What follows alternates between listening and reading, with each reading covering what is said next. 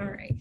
So a couple things. My name is Rachel. I work with Getan, Ram, and Praveen to help manage the brokerage. I also supervise and do a lot of back-end stuff. And one of the things that we handle are all the transactions that everyone in the group has to do. We use Backagent.net, and I've got the URL shared here, rek.backagent.net. And this is what I'm going to cover today. So it's basically like a company intranet, and we use it for all our agent resources, tips and tricks, anything useful. I'll show you where you can track those down. We use it for all your CDAs. So if you have a funding request, if you need a disbursement authorization, you'll use Backagent to get those signed by the broker or get a broker approved version sent out to title. Same thing for lease invoices. If you are working on the landlord or tenant side, you'll use Backagent to generate an invoice and make sure you get paid on that. You can also use it to track your own transactions, how much you've earned, what expenses you've done, and I'll show you how to export that data as well. So it's really useful every year when you need to do your taxes. So let me share my screen. I'm going to share. And if you have any questions, either put them in the chat or just unmute yourself and chime in if it's pertinent to what I'm showing on screen. And then I'll definitely hold a brief Q&A at the end of the meeting as well. Okay. So does everyone see my, I don't know what you guys are seeing. What are you guys seeing? I've got, do you see rek.backagent.net, the website? Yes. Yes, Yep. Rachel. Okay, so this is the URL that you'll want to bookmark in your browser of choice. If you are, when you first join join the group, this is one of the things you'll need access to. So you have, so if you don't already have a username and password, please let me know. Send me your name and email so we can get you set up on that as well. So we'll all log in. And if you can follow along on your own computer, or if not, you let me know. But it'll be good training if you want to follow along, so you can get that practice as well. But when you first log in, you'll be inundated with this, a bunch of articles, a brief little calendar here, and then at the very top, there's these 4 icons and our logo, right? One of the first things I want to point out is all of these articles, they're useful. They're auto-generated by a newsfeed. But if you want to filter to just our office posts, so this is our real gem, where we've got some useful information for you guys to have.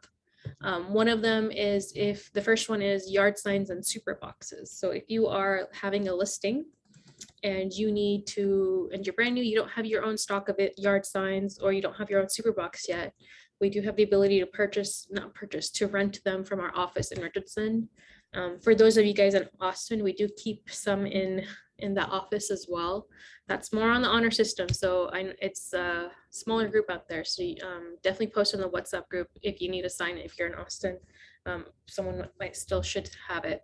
But what we do have is we have for lease writers, for sale writers, yard signs. What you would need to provide is, your own name writer with your contact information. And I've got a post here that tells you all about it. Hopefully it works, thank God. So there's this little guide. Rentals are $60 with a $45 refundable deposit. That's credited back to you. This is what our signs look like. So, and if you need to order your own signs, if you're ready for your own set of signs, they're usually about $100 to $150. It depends on how much you order. We get our signs from Next Day Signs. They have our logo and designs already on staff, on file with them. This is their order form. With the pandemic and everything, they have updated their pricing, but it's still fairly reasonable, especially with their turnaround time. So you can order signs if you want for your own to have. And then these were the custom name writers. If you were just planning to rent our signs, this is what you would need to purchase by itself. but I've got several options here. You can also build your own signs if you don't want to use next day signs. We've linked all our design files, including our logos, if you want to create your own, or use a online retailer or online sign shop, you can use that as well, and do it yourself or send the files over to your designer of choice. But this all information was just in that first post about yard signs and super boxes. Our next post goes over a commonly asked question is about our W9 and our Iabs. So I want to make sure you guys have this as well. Our Brokerage W9 is right here. This is the latest version for 2022. And we update this every year as needed. It's got you'll need this if you're working with a builder, and for them to pay out commission, they need a company W9, or if you are doing a lease or a referral and the other side needs a copy of our W9. What I would do is just go ahead and save this onto your company's real estate folder, onto your computer's real estate folder, wherever you save your documents, so you always have access to this, because this rarely ever changes. It's our employee ID number. That's it. The next thing is a sample Iabs, and I believe I'll go over it next week on how to fill this out, but this is what the first two lines should have, and I'll actually need to update the phone number here. Our broker line is different now, and this last line should be your information right here. And I will go over how to fill this out in detail. I'll show you, because I've done this.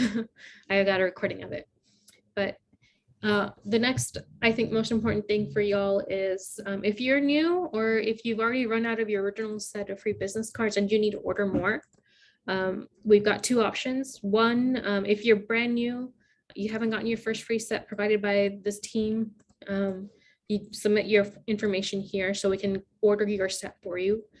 If you are wanting to reorder or order more business cards for yourself, you can do that via Primo Print. That's our business card vendor here. If you don't have an account on Primo Print, if you don't have this, like if you're not able to log in, what I would do is use this little thumb tool here. Their support service is really awesome. Just send them a message and say, hey, I'm with ReKonnection and I need to set up my account, if it doesn't let you do that. And then otherwise just log in with your account here and you can order your cards. So if I do that,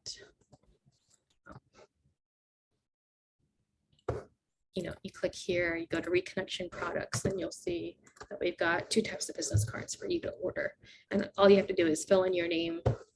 This part stays the same, but you would just change your photo and then first name, last name. You just fill in the blanks. So that part's really straightforward for y'all. And so one question. By default, I think I got without a photo, so I can order with yes. photo now. Yeah, you can. Yeah, is it charged or free?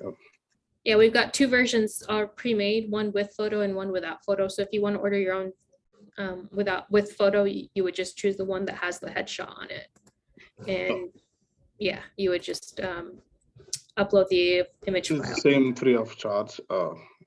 If you've already gotten your first set from us, your next set you'll have to take cover. So you'd have to order those on your own. So, okay. So does it say in how much it is, or in the I don't I'll have to go back. I think it's like $20-something. Okay, no problem. Yeah. Sounds good. No. Yeah, it's fairly reasonable, and their turnaround time is pretty good. Yeah, I didn't know there was one with the photo. So. Oh yeah, approve. Let me see what options we get. So standard, 16. I like matte. It's like you can get 500 for $30 or 250 for 26. So yeah, that's reasonable. Yeah. So that was business cards. So we've got the post here, and we've also got my article and my video. I did create a video on how to create an Iabs and also how to add it to your email signature. So when you're first setting up, you know, you want to make sure you're doing your disclosures appropriately, right? So Can you, where is this But video? you went to your So I'm showing you all the posts that we have in Backagent for your reference. So when you first log in, you know, this is what you see. And if you just click Office Posts, you'll see all our other tip guides that we've got. Oh, okay. We can go through the, okay. Yeah. That's good. Yeah. So we've got, I told you about the yard signs and super boxes, our W9 and Iabs, how to fill it out. We've also got a separate guide on how to create your IBS. And this is like, I think a 5-minute video on Loom. I created.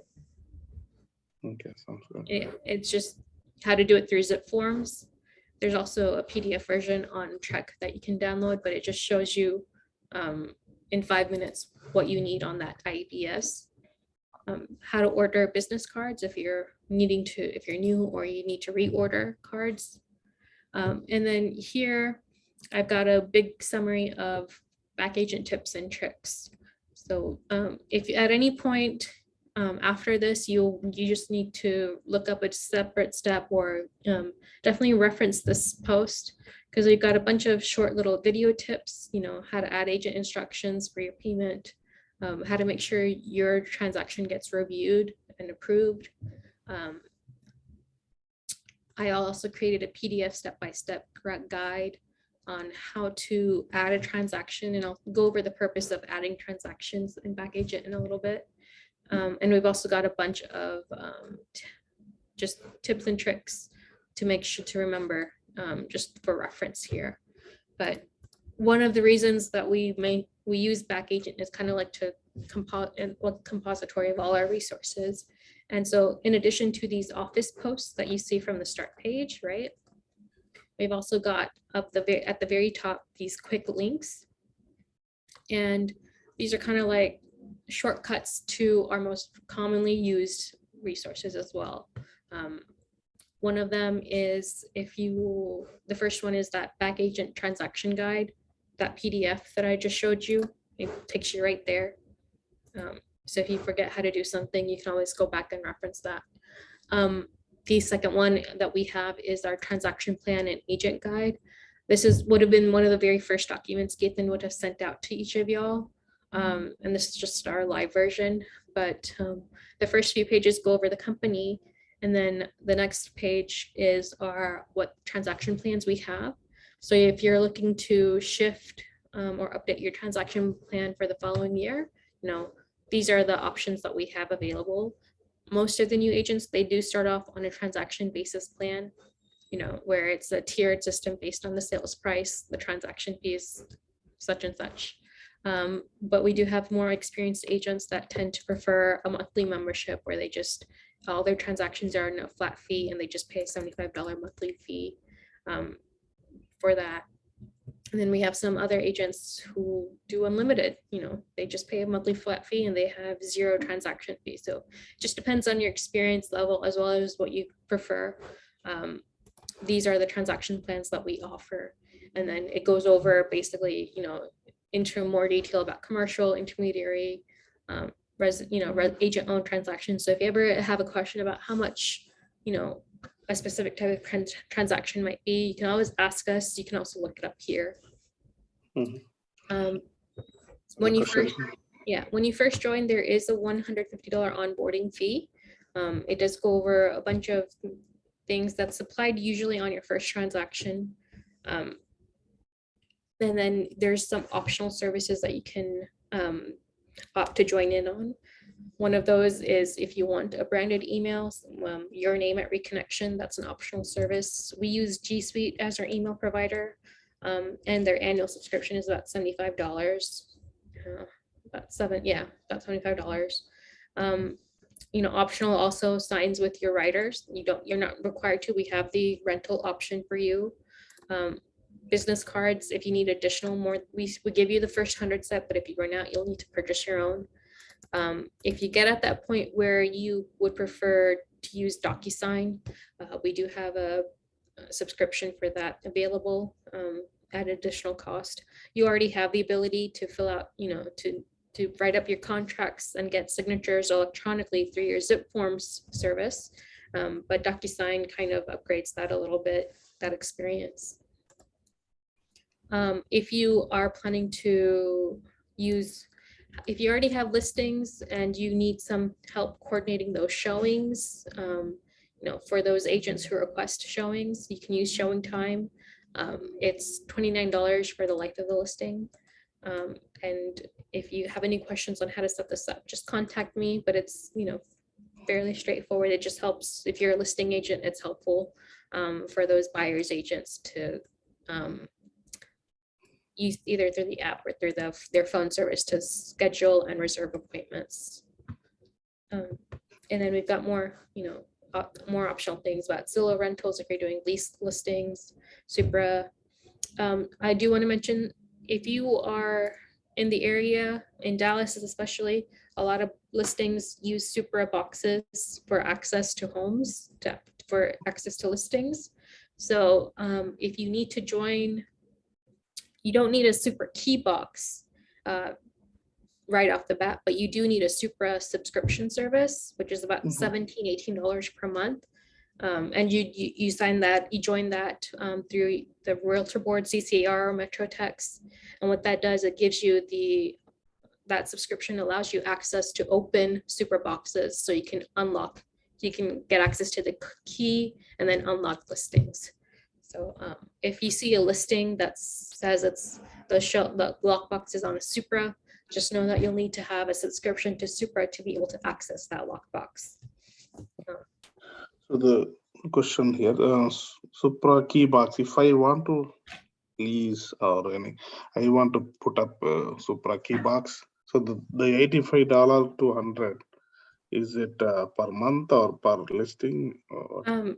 That Supra subscription, just to be able to unlock Supra lock boxes, that's a monthly fee. Yeah. Yeah, that I know, but the box, if I want to put a box. For the box, the only cost for that is the purchase of the box itself. And brand new ones, they usually are like $120. They've actually increased in price, like $100 to $120 brand new. So that's the only cost associated with that. The ownership of the box. We do have the Supra boxes here for rent. If you want to just borrow it for the one listing that you have, it's we ask for $60 up front, and then when you return it back to us, you get 45 back. So it's only $15 to rent. Oh, okay.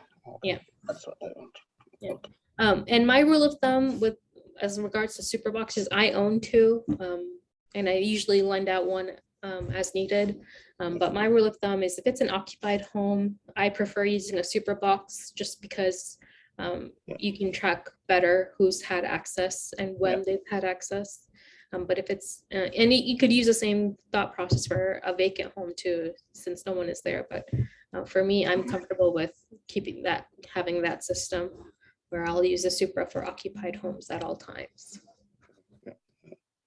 And so net will be per listing $15. I mean, it's you pay 60 and then you return 45. Yeah. So that is $15 per listing. Okay. Yeah. And I'll be honest, I think we have some more right now. I don't have any in stock right now, but I'm supposed to get more from Githan or whoever returns their next boxes. So if you do need one, just message us so we know to plan for it. Yeah. Okay, sure. Thank you. It's been weirdly busy. And if you're a commercial agent or you're looking to get into commercial, our company does have access to CoStar. I recommend, first start working with one of our commercial agents. And if you need a recommendation, Githan or Praveen or Ram can help you out there.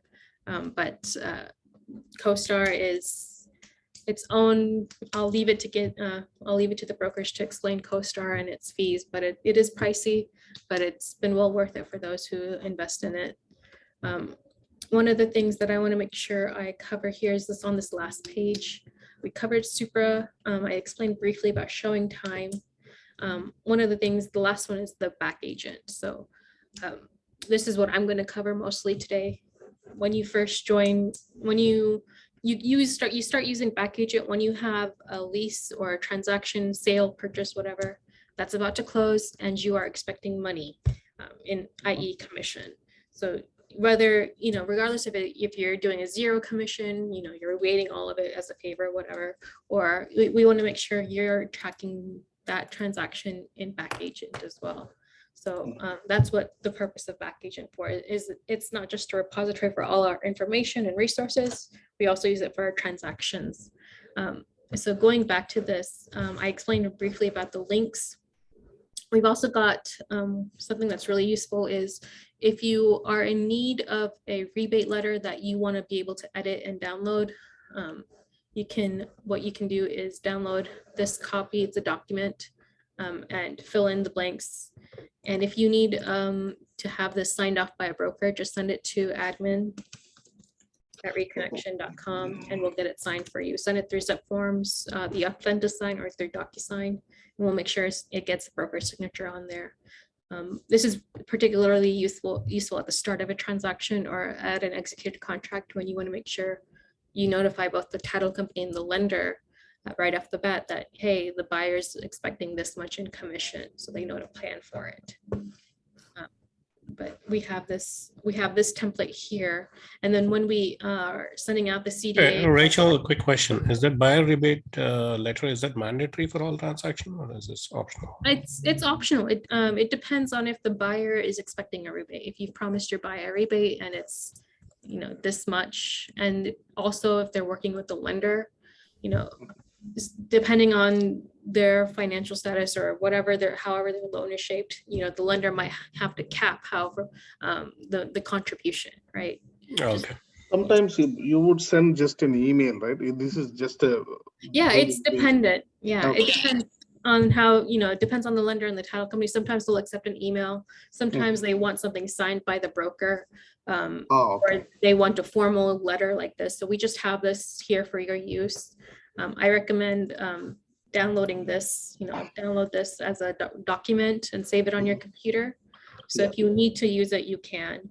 And if you need one of the brokers to sign off on it, just, make a line item for Gaithan Parikh or Praveen, broker, ReKonnection, and then send it to us for it to get digitally signed. So send it through DocuSign or Zip Forms. When you send out contract signatures, you can add this.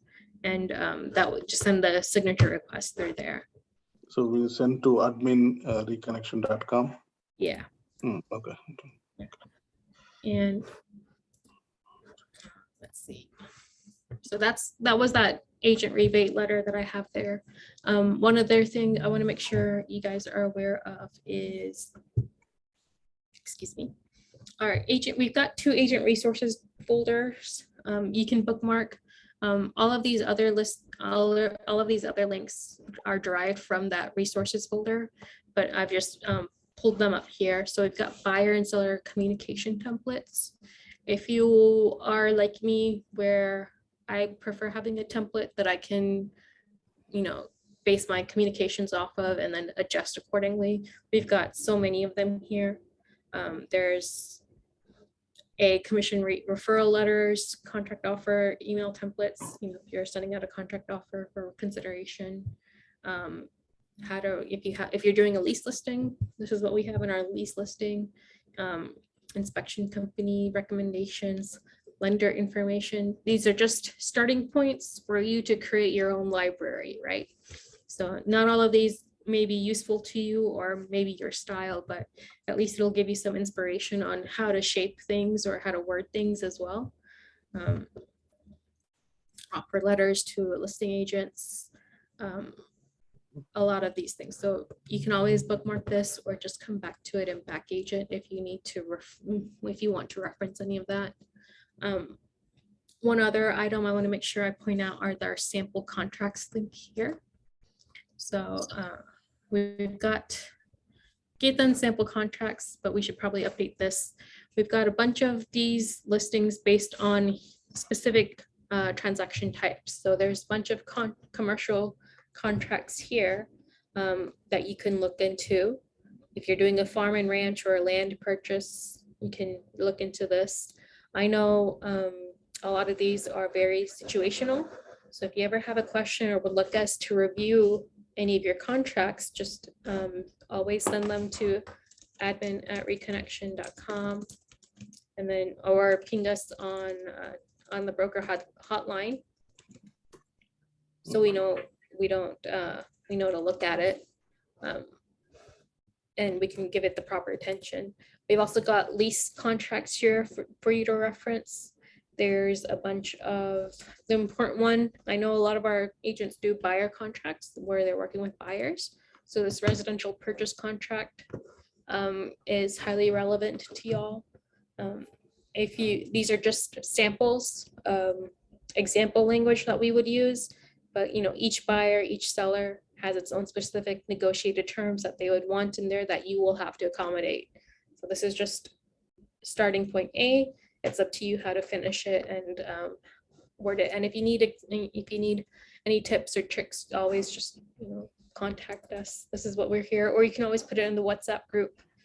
How would I, what would you do? Keep it vague, or keep it vague just to protect your client's information and whatnot. But we can always give you tips and helpful advice as needed. And then I also have here our YouTube channel. We host a lot of our long form video tutorials and agent trainings on YouTube. And then I've got a separate channel on Loom for like 1 minute long video tips that we have that are specific to Backagent or Zip Forms or whatever software we're using. And I'll show you those as well. But these are just our resources that we have within Backagent. The main reason we also use Backagent is to keep track of all our transactions, right? So I've got my transactions here. And if I were having a closing that's coming up next month, I need to be able to track it in Backagent and also get the CDA approved. And what I do is I'll add the transaction. You'll be asked, what kind of transaction are you creating? More often than not, we got a lot of residential.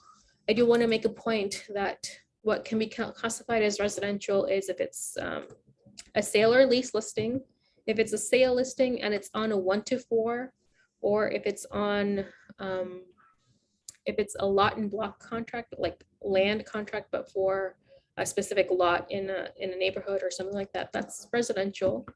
If it's a lease, a residential lease, that's residential. Anything else? Commercial. If it's a contract for land and it's 14 acres, but it has a house on it, it was not on a 1-4 contract, it's going to be considered commercial. If you have a specific apartment contract, most likely, if you were a locator, agent locator, you'll use the apartment. If it's a commercial lease for a condo, commercial, all commercial. So I want to make sure you guys are aware that you categorize it appropriately. You would use the referral one if you referred a client to another agent and you're expecting a portion of that commission. Make sure you use that agent referral one. If you take advantage of our builder bonus program, which is pretty rare these days, not a lot of builders are offering builder bonuses anymore. So considering the market, but if you have a closing coming up where you referred your buyer to another agent who qualified for that extra bonus from the builder, you would use that referral. And I'll just go through residential, sale, lease. Let's do sale. And depending on more often than not, a lot of agents are adding their contracts into Backagent when they're under the contract phase or pre-closing, meaning everything's signed and executed, and you're just ready to create that CDA. Just use the pre-closing phase. Let's say we're representing the buyer. My sample person is going to be Gaten. And we'll create this new transaction. The rule of thumb with Backagent when you're creating these transactions is always work left to right. Orange shows you what information is missing and required in order to move ahead. And if you need to update this transaction phase, you can. It's this black bar that's highlighted here. For property, set the property. You can look up the property on MLS. The best rule of thumb is just to use an MLS number. Or you can search by address. If this only works if the property is still in the active phase, it's still listed as active on the MLS. If it's on pending or option, it may not show. So just search by MLS number. That'll always pull up the listing. Yeah. Rachel, what happened? There never been a listing on that one. Kind of. So if you're doing it for a new home construction, yeah, you're gonna have to enter the basic info right here. Okay. If it's not on the MLS, you're just gonna have to add it manually. Street number, street name, and the sales price. Okay, thank you. Yeah. Rachel, one question, basic question. So when do we use this? I never used it. I mean, while offering a price, offering, while putting an offer. Yeah, I would add it when you have an executed contract in place. So let's say because the market being what it is today, you'll probably write so many offers before you get one that sticks, right? So until you're, and I would actually hold off until after your option period if you end up doing an option period. But once you have an executed contract, I'd go ahead and add it into Backagent and follow these steps and add in all the information. Oh, once you have executed contract, okay. You just need to fill. Yeah, if you're working with a buyer, you've got a contract that's won and every buyer and seller have both signed off on it, go ahead and start adding that information into Backagent. One of the things is once you add that contract, the earliest, and you add in all the dates and information. So you add in all the contract deadlines, because it will ask you, when is the option period? When is the deadline for financing? When is the closing date? Your answers to these questions will also populate the calendar that's in Backagent. It's this one right here. And what you can do is you can subscribe to this calendar and it will, it'll show up on your phone or wherever and kind of give you those reminders like, hey, my option period is ending Tuesday and I should possibly, find out from my buyer, are we, going to go through with this as is, or if we, kind of gives you those deadlines to keep in mind of. Same thing for leases. So. Okay. Yeah, I have to do 4 at least. So I didn't know. Okay. So you'll use zip forms or what's the other one? The Lone Wolf Instanet. I think it's also offered in Austin. You'll use those to write up your contract offers, right? But until you have a contract that's been executed, that's when we need to know, what to expect in terms of how much you're going to earn. And that's what we use Backagent for. Okay. So, once you've identified the property, you want to make sure you identify the parties appropriately. So seller, write down the seller as you see it on the contract. And then the seller's agent information as you see it on the contract. If you are more, we've worked with a lot of agents over the years, so most of them will be already in here. I'm trying to see. Oh, really? Okay. Yeah, so we have an inventory of, Karens. So if it's someone that we've worked with before, maybe you'll be able to just import them. But if not, you'll just add their first. We need to add, okay. Yeah. The other one is title agent. If it's a sale, make sure this information is correct and the email is correct as well. And you can always add other coordinators or contacts. So if the title company has an escrow assistant or someone that you want to make sure also gets communications from us to them, add their contact here as well. And then dates and info, these are just questions pertaining to the contract. So your answers to these questions kind of builds in this documents what's required. So if you say that this is, let's see, it's a 1 to 4 family contract, right? Is it a resale or is it new construction?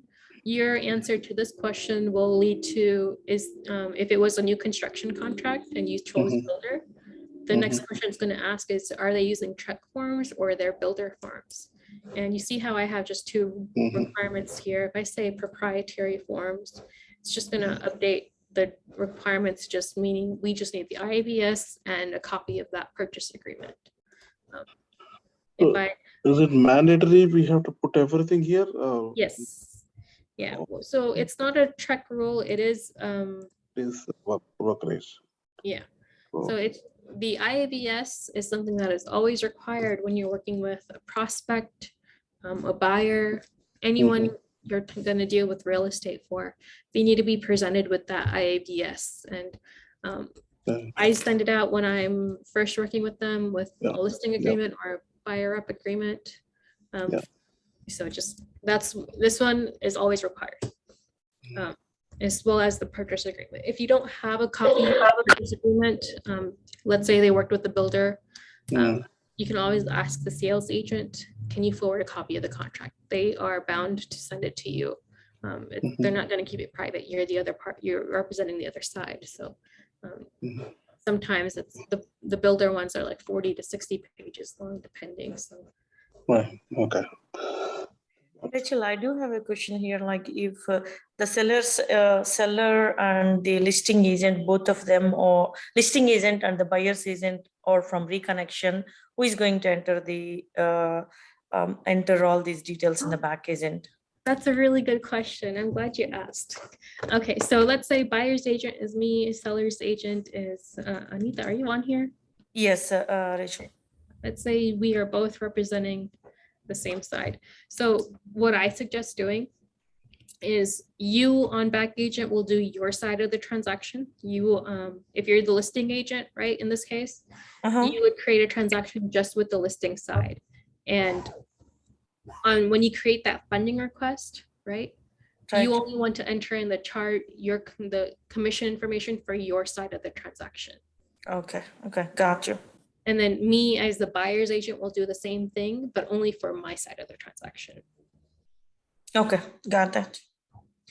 If you are, let's say, doing and then one of the things that you will want to make sure that gets done is that intermediary notice. If both agents are from the same brokerage, make sure you both have that executed, right? It's going to be intermediary situation, even though it's two agents, though they are from the same realtor. Yes. And the reason being is any listing agreement or buyer's representation agreement, you'll notice, the parties to that agreement are the client and then the brokerage, right? Even though you're signing on behalf of the brokerage, the representation is with the brokerage overall. So it's with ReKonnection. That's why it's an intermediary. And this would be an intermediary situation, even though both parties or both buyer and seller are represented by separate agents, since they're both within that same house, that's an intermediary situation. Okay, that's a good, it's extra information for me, Rachel. So that's good that I came to know this one. I know it's intermediary situation when one agent dealing with the both parties, but both agents from the same realty would represent the intermediary. Then at what point that we are going to give this intermediary notice to the buyer and seller? At the contract, so if it's coming up, I would say organically, like you have a listing, another ReKonnection agent showed it and they have a buyer who will submit an offer for it. When they submit that offer, that intermediary notice should be included within that. Okay. In some circumstances, if we missed it at the contract level, can we go back and get that signed at the earliest? Yes, do it as the earliest you find out that you're both within the same brokerage. And one thing I do want to point out is, let me see if I have. Rachel, I have also one question. What if you already answered to me, but I just wanted to make sure that I entered it correctly. If we represent both, the same person represents both of them. That's also an intermediary. So how do you enter that information in the Backagent? Okay. Let me first answer the first question that I had from Anita about intermediary from both when both sides are represented by ReKonnection agents. So there's multiple agents involved, but it's one brokerage. On the 1 to 4, if the listing it's an intermediary, the listing agent is an REK agent, and the buyer's agent is another REK Connect agent. On the 1 to 4, make sure you fill out just this side and you represent seller and buyer, because the brokerage firm there's just one involvement. You'll put the listing agent here and then the buyer agent here.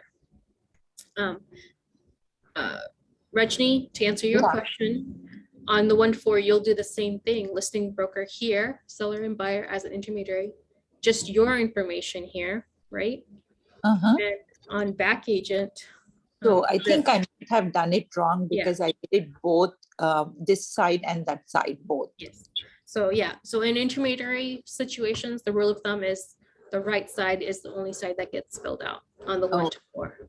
Okay. And you So choose you choose the right box, the seller and buyer as an intermediary. So do I have to redo the contract? No, this is just for informational purposes right here.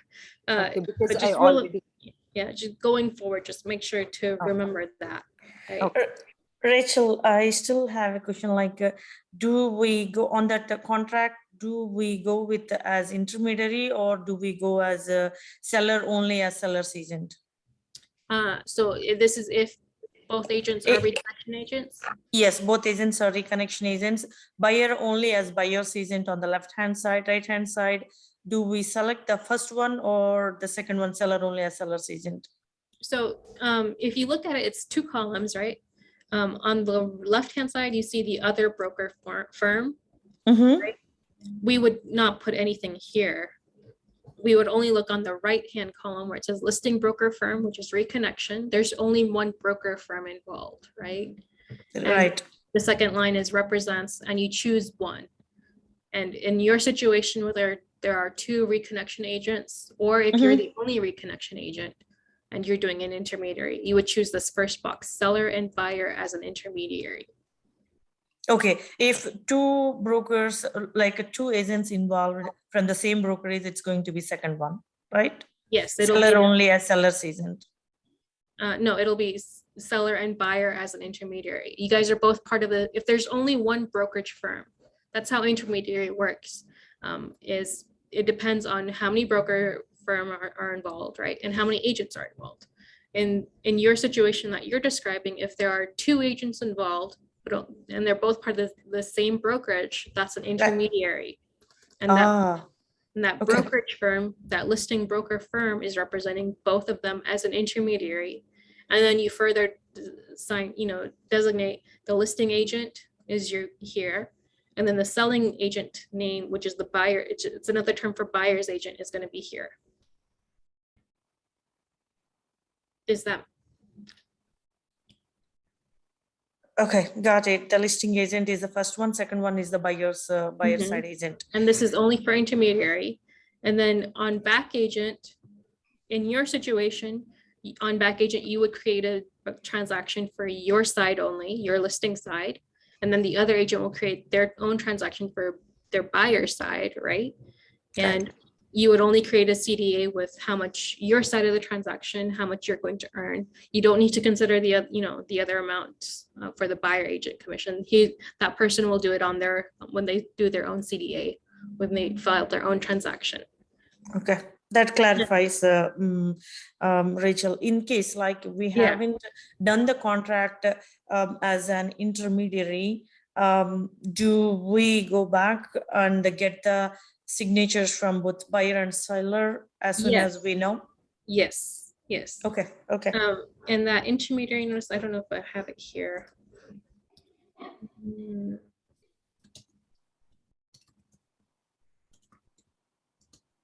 Relationship. Okay, I think.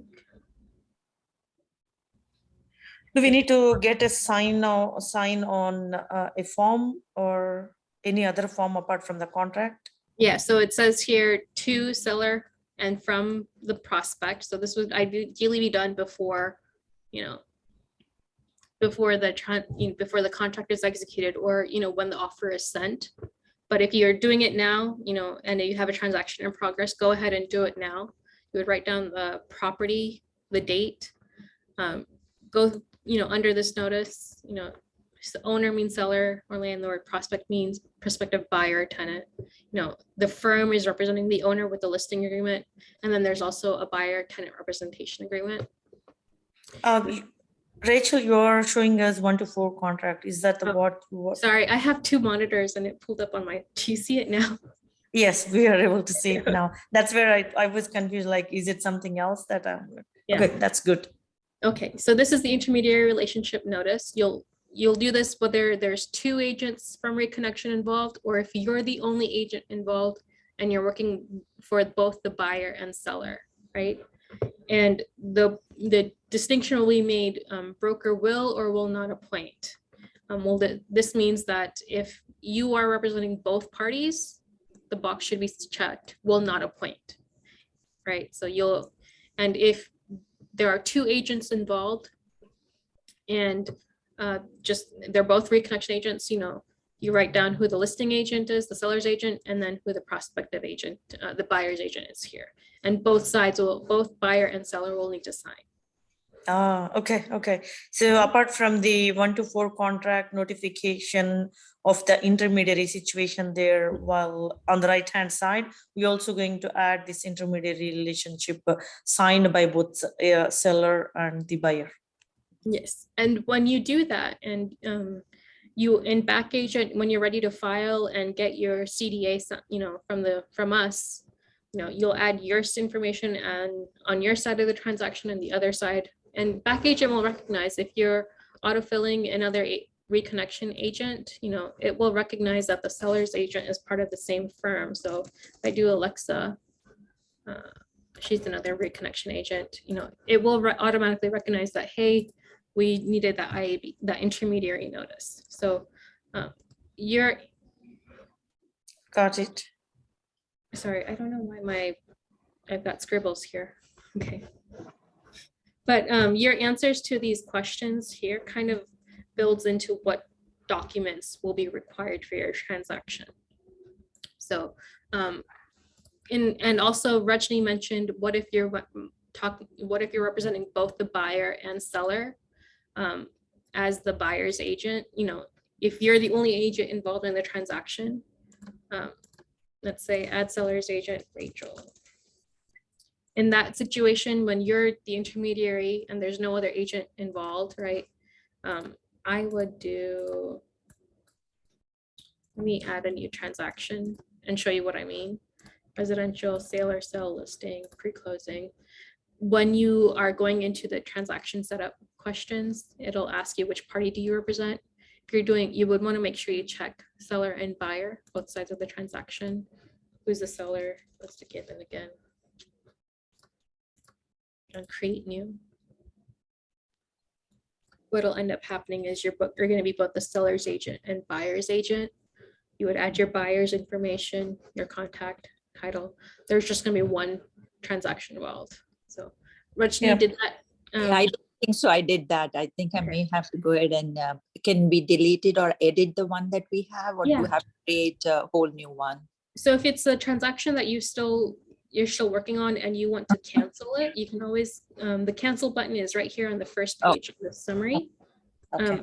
Cancel and just cancel this transaction. No, I just need to cancel this transaction. No, just, it'll make sure you just want to cancel the transaction. Okay. And it'll just remove it from your. So I have to use buyer and seller. I think I might have used the one thing. Okay. Yeah. So rule of thumb, assign the contacts to the same side, the correct side, and answer all of these questions in orange, so that way you know what documents or contracts or addenda that you'll need to have on file. When you are ready to submit, I'm gonna see if I can exempt all of these. Test. Nope, can't do that. Let's see if I have something ready.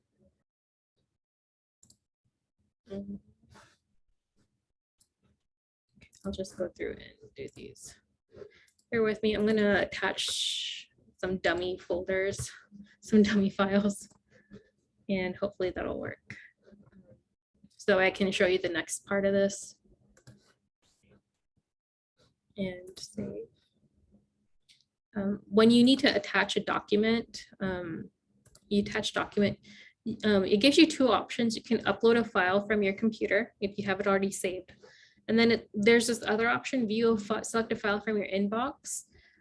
This inbox is right here. It's talking about these, and I want to make sure y'all are aware that you have this option to forward your contract, your PDF contracts. You know, if they're sitting in your email, you can set up a Backagent email so that way it imports all of those PDF contracts into your Backagent inbox. So if you're brand new and you've never set up the setting, you'll see like a setup now option here. And if you've already set it up, you'll see this something at sendtobackagent.com. So what you can do is in your email inbox, if you have a contract that's executed, you don't want to go through the trouble of downloading it and uploading it. You can always forward this to that Backagent email, and it will import into Backagent in a couple of minutes. So when you're ready to add the document, you can attach a document. You can select a file from that inbox, and you'll see it here. And you can attach the appropriate pages that you need and create. It just might simplify things and save you a couple of steps. I'm gonna briefly answer these questions so I can move forward. Is this the company lead? Sure. Will another party get a referral fee from you for this transaction? Say yes to this question if it's a lease and you're paying out a tenant's agent. If it's a true referral where you are referred a client and you need to pay out that referring agent a fee. So when was the contract executed? Let's say last week. When is the option period? Let's say 3-day option, it'll auto calculate that for you. So if that option was 4/9, how long does the buyer have for financing approval? You can get this information from the third-party financing. So whatever you have on that addenda, 21 or 17 days. 14 days is pretty common. How is the survey? No survey needed. What's the closing date? 4/15. Is the seller's agent also a member of your brokerage? Yes. And oh shoot, I should have said no. Now I need the intermediary right here. Okay. Is the house built before 1978? No. Is there an HOA? If you say yes, it'll ask for one of the document requirements will be the HOA addendum. And you'll see this, how it's been mandatory here. Is it in a mud district? If it's yes, then is it in a flood hazard area? Yes. What's the sales price? Let's say 500,000. What is the type of financing? If it's a third party, conventional, or any of these mortgage options, you'll need that third party financing addendum attached. If you say cash, no financing, then it won't be required. And when is the actual closing being held? Let's say 4/15.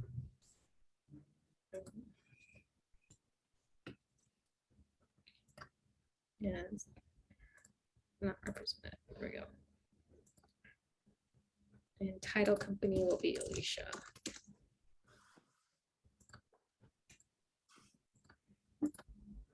And then property will be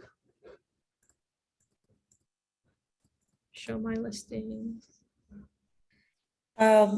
Here I have a question, Rachel. Like if we did not list in MLS and it's a off-market listing, how are we going to deal with that? If it's off market and you need to assign a property to it, you would just enter the basic info here. Add now. Okay, gotcha. And that's what I'm going to do here. Central Richardson 75080 cross is 500,000. Then set property. That way it'll at least update the transaction name to the property address. And that's our most common association here. Test. And I'm gonna exempt all of these out. You don't have this option. I do because I'm doing a training right now. Just attach or import all the appropriate documents into your inbox or add them in here. And then when you're ready and you've got all your required files up here, this submit button will glow yellow. It was gray before, but when we completed everything, it came up yellow. And you can create your funding request. This is what title companies refer as your CDA. They need a copy of that. This is the part that needs to be done for us on the broker side to approve it and send it out to the title company and to you. So you'll want over here, it'll give you a very short summary. Sales price is this, closing date is for this. On the settlement charges, well, first let's make sure the contact information here is correct because this is what's going to come up on the CDA. Settlement charges, itemize the commissions and fees due for your side of the transaction. So Anita, if this was the intermediary situation where you're representing the seller and the buyer's agent is another agent from our group, you just want to put here your commission for your side of the transaction. So if the seller, the listing fee is that 3%, this is all you need to do. You don't need to enter in the total commission that's going to be paid just for your side. Okay. Right, agree. Thank you, Rachel. And then on the payouts, itemize all payouts based on theirs. I have it here configured to the transaction basis plan. And if you remember, on our agent guide, we had our list of our schedule of fees here, right? So if this was a $500,000 transaction, so this fee should just be $275. So what you'll want to do is it's calculated all of these other fees, just zero out whatever should not apply.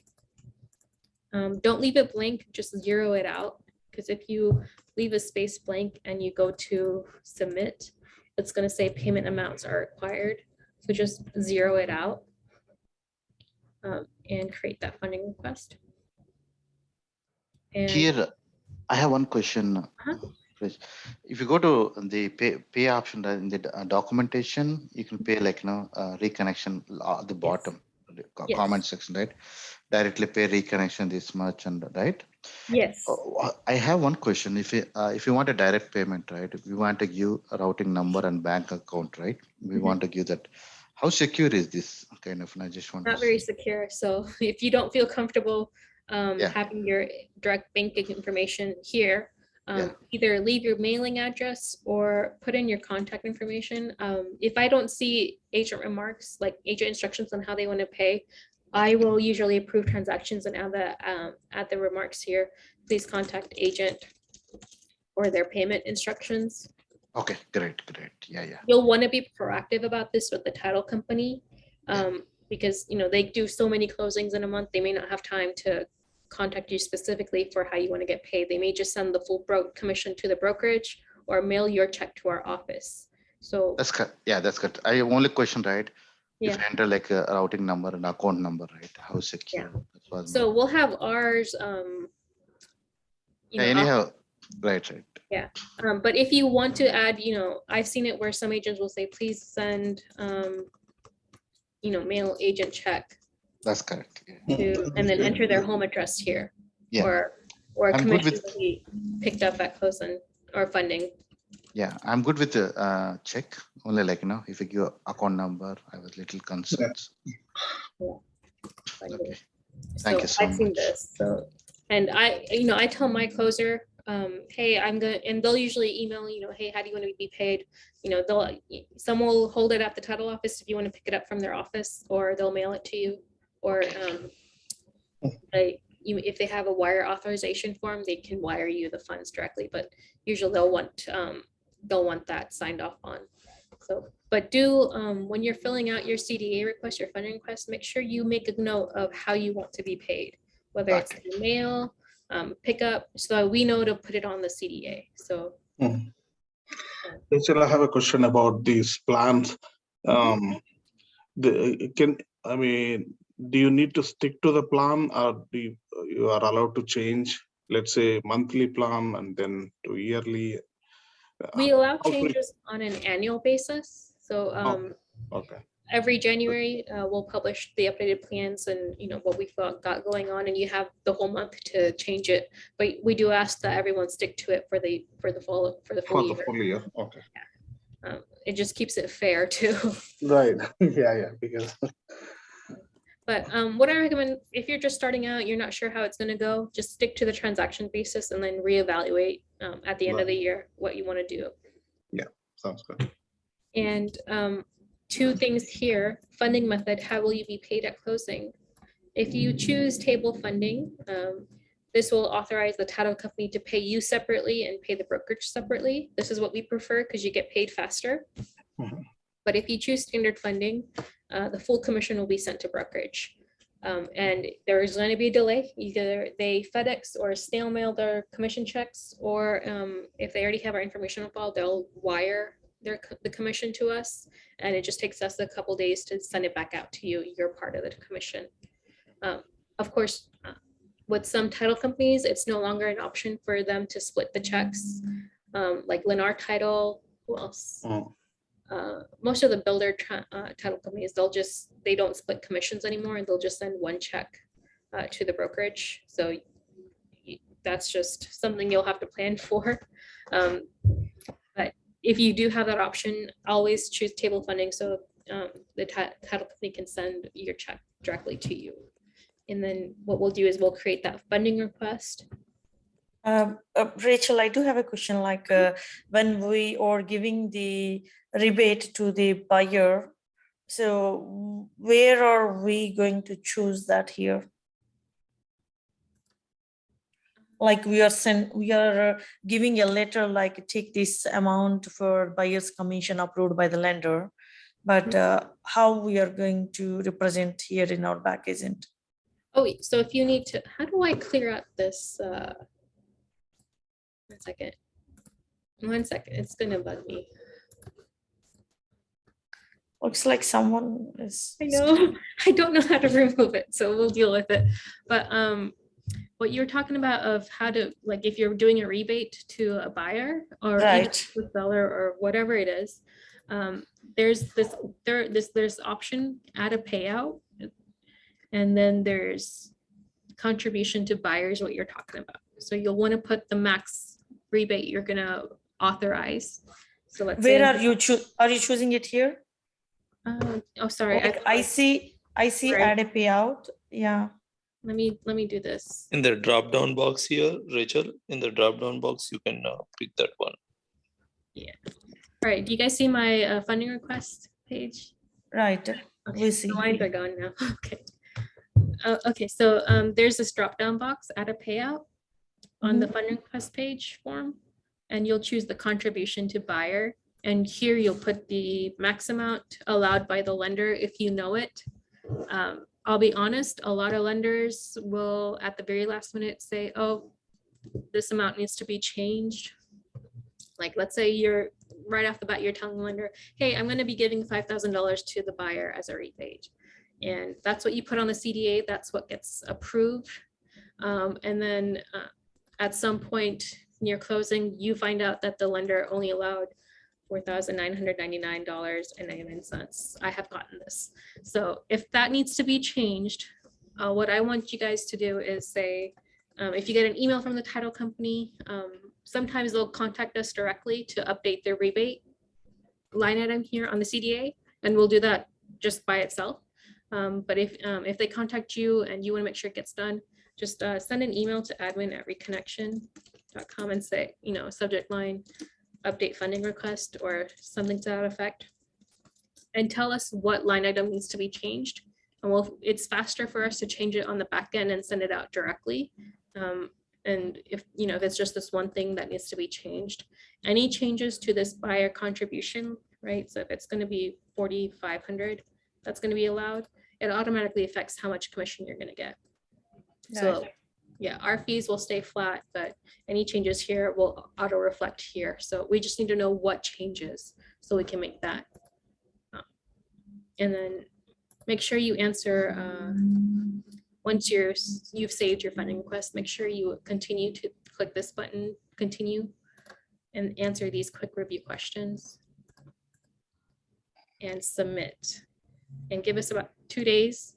Ideally, you want to make sure you get that funding request in at least a week before your scheduled closing. I know sometimes you may not be aware, or closing might get pushed up if the builder is ready for completion early or whatever changes. So just try to get it at the earliest you can. And then your transaction should show as waiting for document approval. Yeah. And One question, Rachel. So we sometimes we change the closing date, so we can Yes. go back and update multiple times, like some. Yeah. I think you should be able to. Let me know if you, as an agent user, are not able to, but on this dates and info tab, if any of these dates change, so specifically under the dates category, one is the actual closing being held. If it moves out to April 20th, if it's a builder contract, you don't need to add another amendment. But if it's a resale contract, you use the 1 to 4 contract and the closing date on that contract was for the 15th, but you and you and all the parties have done an amendment to just push the closing to the 20th, a couple days later. You update it on the dates and info tab that the actual closing will be on a later date, and then it'll ask you to add the amendment. Okay. Yeah. Attach the document. I'm just gonna go back. I'm just gonna request exemption. So just attach the amendment document that was done to make that new closing date effective, right? But Rachel, after we submit this one, Yeah. it won't allow us to change it any date. No, it doesn't. So once you submit and we start reviewing, you can't make any more changes to the CDA. I don't think you can. I think you can update the See, request. sometimes what happening is that they're changing the last minute closing dates. Yes. Then So- how we are going to incorporate those? So like I said, email or text us what line item needs to be changed. Because when I'm on the reviewing side, it's easier for me to just go into the transaction, change this line item to whatever the amount needs to be. Any changes on the credit is going to be automatically assigned to be paid out to you. I'll create that confirmation and I'll just send it out. I won't send it out to you, but and I'll just say updated 4/13 new rebate amount. And I'll make sure you get a copy of it too if you need to forward it to whoever it is.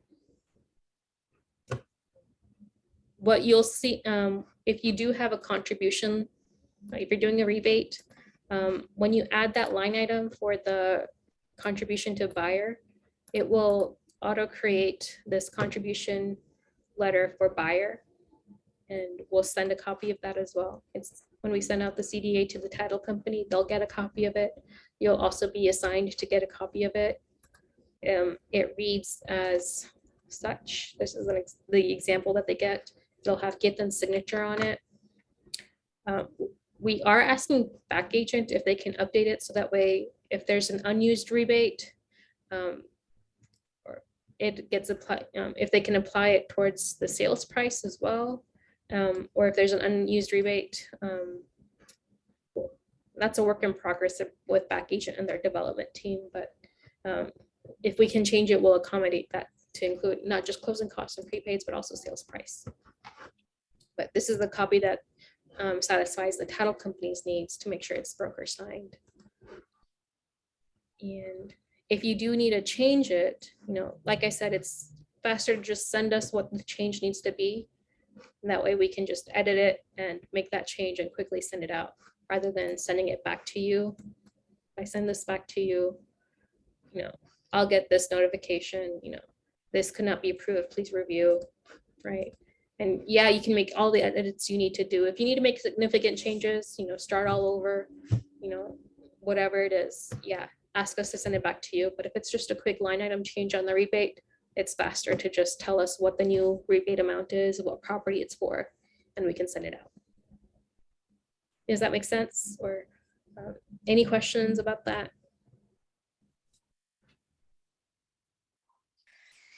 That's a great info, Rachel. Like I know. you covered most of it. Yeah. Let's see what else. Okay, I think I've gone over most things you should be aware of on Backagent. One of the important ones I want to make sure you'll have always referenced is the Backagent tips and tricks.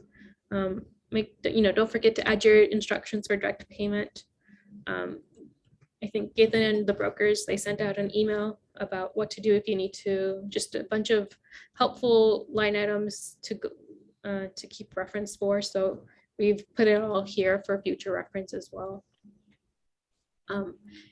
One thing I do want to make sure I point out, on your settings here, site settings, if you move or change your address, let us know. That way, because if I have to mail something out to you, I usually go to Backagent for your address. So just make sure this part is correct, your contact information. And if there's anything that needs to be updated, you let us know. And if you are, let's see, under transactions, under your transactions, if you go to this transactions tab, there's a thing, a sub tab called reports. And you as agents will see production history, and these three reports: production history, listing, transaction issue, transaction expenses. This production history is really useful if you want to download your current transaction, all of them, right? It'll download a spreadsheet of all of your transactions, a summary of them. I'm going to open it up now. Let's see, it's loading.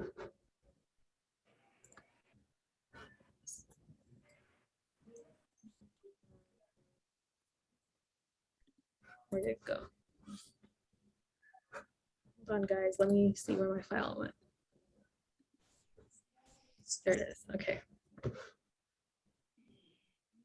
So it'll open up the spreadsheet. The first page is literally just a one row summary of your volume. So you've got how many transactions you've done, lease, what types, the volume in total, sale, lease, commercial. This last column is kind of like what you've earned to date. And then if you click a separate worksheet, it's going to be your detail. And you can do this based on row as well, based on the year. So if you want to download your past transaction data you've got, you can. It's available to you. And I'll be honest, we want to make sure Backagent stays consistent as possible. So if your commission changes, if your rebate amount changes, let us know so we know to update it.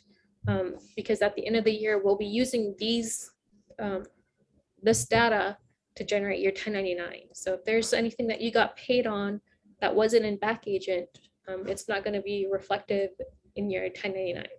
So make sure if you are doing a referral, or just a basic contract write-up, you add that transaction in Backagent so it gets recorded, it's reflected, and if there's anything that needs to be updated, you monitor this information so we know to correct it or fix it. Because what I'll end up doing is at the end of the year, I'll generate a whole office production history. I'll let you guys, I'll send out an email reminder at the end of the year that, hey, just make sure you check your transactions and closings and make sure the amounts that you earned, your commission earned, matches what we have on file. And that's what your 1099 data will be based on. You can also, if you are, wanting to keep track of your expenses in each transaction, there's a tab for expenses where you can add, marketing, or if you did photography, make sure you can do that. And as you add these expenses, you can also keep track of transaction expenses. So I don't know if I've done it before. Yeah, I've done it, so you can always export that. You can export that report and keep track of it. So when you do your own taxes, you can deduct as appropriate. But yes, this is under transaction reports, the production history, transaction expenses. And anything else I missed or? Rachel, sometimes the lender will allow some part and he will say the remaining things you settle outside or something like that, the Yes. buyer. So in that case, how do we do that?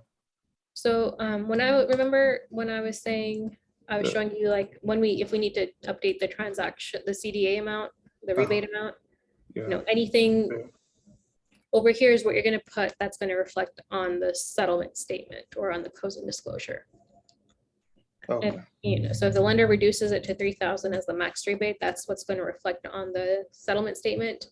Mhm. The excess of that is going to be paid out to you, and you will settle that outside of closing. Okay, but the tax or whatever is calculated on the. So when you provide me a 1099, but that is not the exact amount I would get, right? There is Yeah. So some. what I can say is consult your CPA. We do have reference to a private letter on how to deal with commission rebates that are done outside of closing. I was really fast on that, but it's right here under agent resources. Okay. If you click this, there's a little guidance from the IRS on how to deal with that. Okay. I would follow that. Thank you. Yeah. Rachel, instead, can we ask like the lender is only allowing 3,500? Can we ask for another payout to the buyer or whoever the seller that we can refer to here? You can add another payout to the buyer. So like contribution to buyer, like. Yeah, when this contribution to buyer is going to be towards the closing, what I am asking is contribution to buyer outside of closing. Is there any way that we can select here? Nothing. I don't think so. No, I know we wouldn't be allowed to do that here. I don't think. What I would do is, if you're gonna, I would keep track of that as an expense, right? Marketing expense. I did something outside of closing, paid $500 rebate outside of closing. Yeah, it will be sometimes 5,000, 10,000. Yeah, I know. But whatever that difference is, just have a way to keep track of it so you know what you've paid out to your buyers. Okay. We can add this anytime during the transaction, right? These are internal to you. Yeah, Mhm. this expenses thing, it's internal to you. It doesn't show up on the CDA. Because the title company, they will only want items that will reflect on the settlement statement or that closing disclosure. Those are the only line items that we can have on there. Right. Got that. Thank you. Another question. I recently closed with Lennar. I didn't know that they would send. They asked me CDA. I sent it Yes. for splitting, but it has been 3-4 days. Is that they won't send to the agent of his commission? Yeah. So I think Lennar Title and I think also DR Horton. Some of the builders, they will not send agent commission separately. They'll just send one check. Okay. How do I know it reached to you? And I mean. So what I've been doing is once I receive commission and I have a payout schedule, I'll add a note to the transaction. 412 received commission. And we'll pay it out agent disbursement. I'm starting to do this now because we get a lot of questions on the status of transactions, and this will give you more transparency. So until like that note gets added, either we haven't received it or it hasn't been reconciled yet. But when we schedule that is agent disbursement to you, you'll see the note on file. Oh, thank you. I'll be honest, March was a very productive month for our group. So we're still going through everything that closed at the end of March. Usually the 30th, that last week of the month, and that last week, first week of the month is the busiest time. So if there's a delay of some sort, but it's just because we're trying to go through all the requests that we get. But if you have something urgent, just, call us or text us on that broker hotline, or email. Just try to get a hold of us. We'll try and make sure we address your situation as soon as we can. Yeah. One last question. So the new builders have, when I was with Urban Country, 3-4 months ago, the contract was initiated, but it is taking long time to close. Yeah. I still have to enter those transactions, right? Yeah, I would go ahead and just enter them. They'll ask for a CDA, and they might need a letter from Praveen and Ketan about the broker change. We have one on file. If you need it, we can send it over to you. I don't know if you or someone else requested it. So Okay. just do it. Any closings that you have for 2022, just add them into Backagent. So your end of year taxing can be painless. It's legwork up front, but it's less if you do it. It's kind of like either do it piece by piece now rather than all at lump sum at the end of the year. So it's just Understand that. Yeah.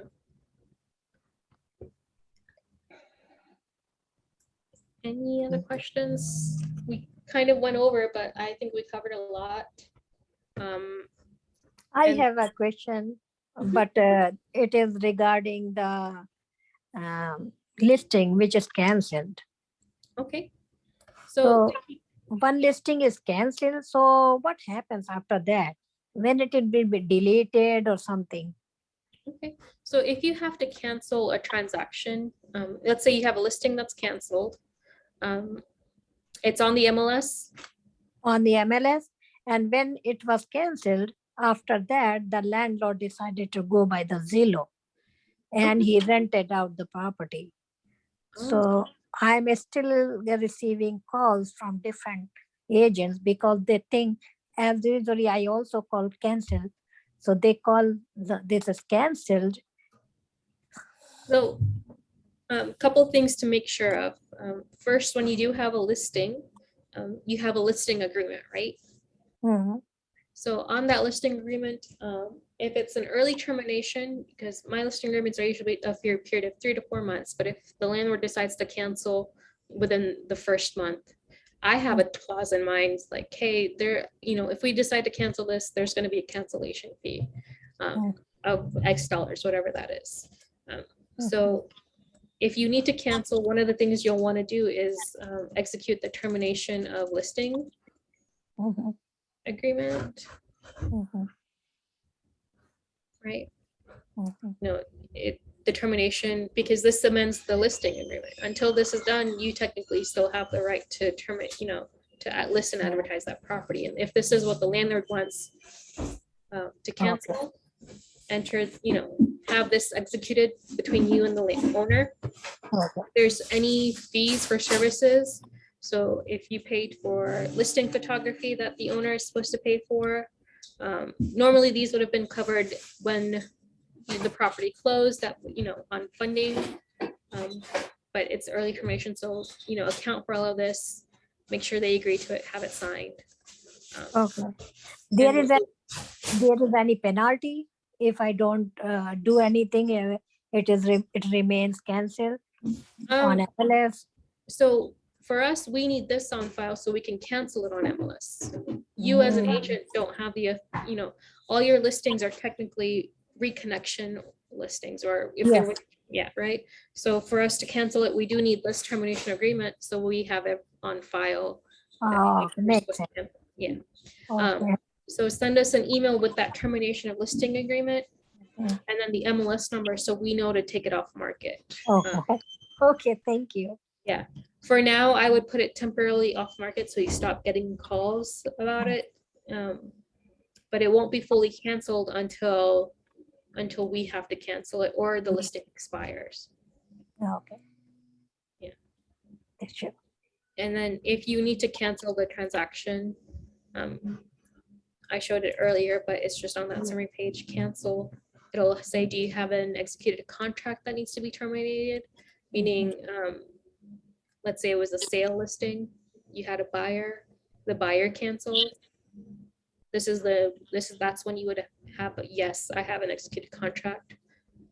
If not, there's no other earnest money or deposit money at stake, just cancel. Mhm. And And what if it is your own listing? This was my own listing. oh, okay, if it's your own listing, meaning you own the property, or Yeah, I 50%. This is my husband's property. okay, yeah, technically, if it's your own listing, you don't really need the listing agreement, or Yeah, that's why just may happen again, yeah, just cancel the listing. Yeah, No. we're a bit more flexible on listing agreements and all of that legwork for properties owned by you, the agent.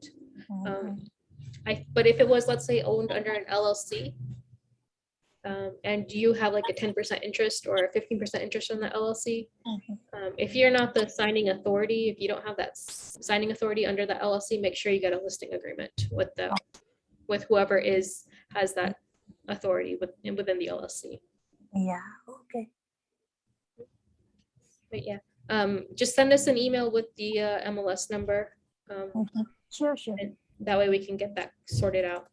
Oh, thank you. All right, I'm gonna close today's meeting. If you have any other questions, I did put our contact information in the chat. So if you want to reach out, do reach out. If you got more questions or you're looking for a more varied response, our WhatsApp group is always excellent for feedback